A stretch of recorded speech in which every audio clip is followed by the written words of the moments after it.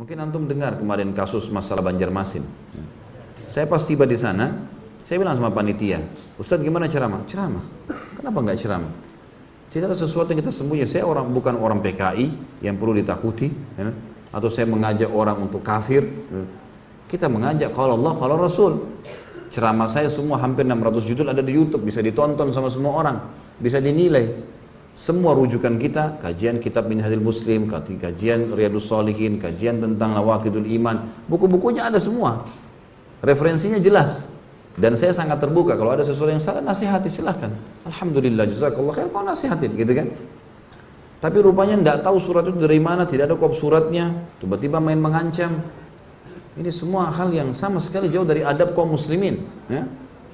Di Indonesia, teman-teman yang tanda tangan di situ mengatasnamakan, gitu kan, mengatasnamakan lembaga-lembaga mereka. Masa kalau Natal jaga gereja? Hah? Masa pemimpin non-muslim didukung? Masa pabrik sendal yang tulis lafzul jalalah mau ditutup kemudian mereka bela? Syiah buat acara dibela, ya. Ahmadiyah dan seterusnya aliran sesat banyak. Ahli sunnah wal jamaah ditahan. Dan apa haknya secara hukum pemerintahan, apa haknya gitu? Tidak ada hak syar'i. Kalau yang tahan mungkin aparat pemerintah resmi, militer pemerintah mungkin. Ini enggak sama sekali. Dari mana ini? Gitu kan?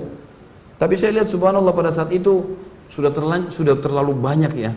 Itu kemarin masa yang datang untuk hadir taklim saja kalau dihitung-hitung bisa 10.000 kali lebih. Ya. Ada yang sudah nginep berapa hari dari Palangkaraya, dari mana-mana segala macam. Kemudian juga ada yang sudah nginep sampai 2 hari di situ.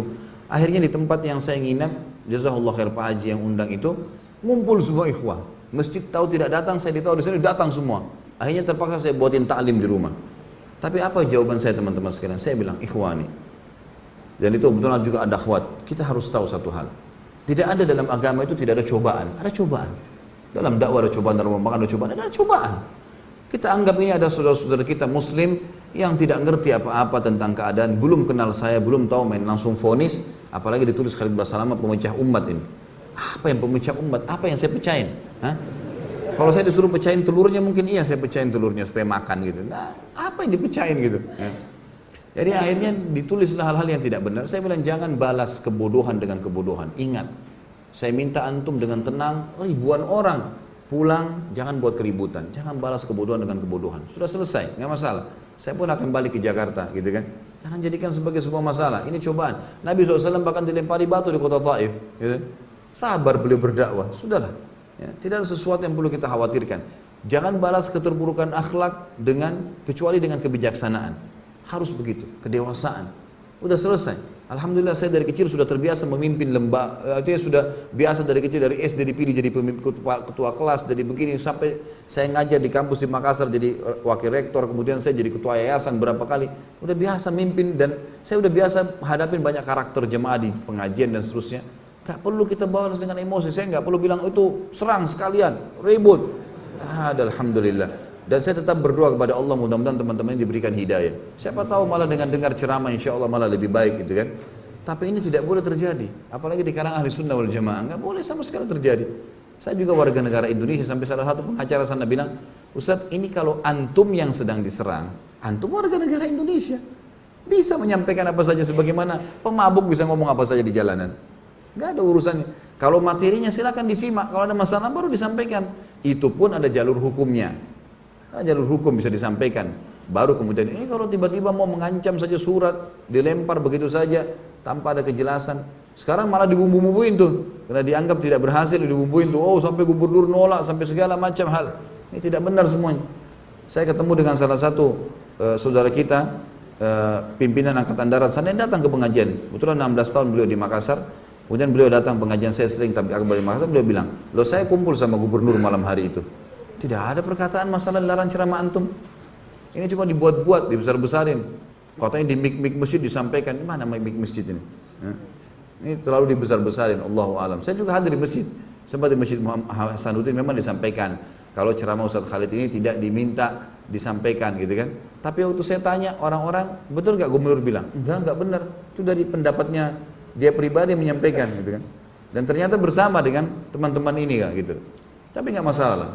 Ini Allah Subhanahu wa taala akan memenangkan agamanya, kan? Yang jelas tidak ada sembunyi. Alhamdulillah sampai jadwal ceramah saya di Jakarta ada alamatnya. Ada kontak personnya, nggak ada yang saya sembunyikan. Ceramah semua diupload di YouTube. Antum rekam nih bebas, nggak ada yang larang. Ada yang salah, akhi nasihatin saudara muslim, ya. Tapi mencegal ceramah, sementara gereja yang jelas Nasrani dibendung, dilindungi. Gimana akal sehatnya nih? Kan begitu. Tapi ini semua adalah emosi belaka yang tidak ada hasilnya sama sekali. Dan ini berbahaya teman-teman sekalian. Terlepas daripada saya, saudara muslim yang disakiti atau dihina atau sampai apa, ini berbahaya pada hari kiamat. Bagaimana kalau ketemu hari kiamat nih? Hah? Rebut-rebutan pahala. Saya sih terima transfer, gitu kan? Lah iya. Kalau antum gimana?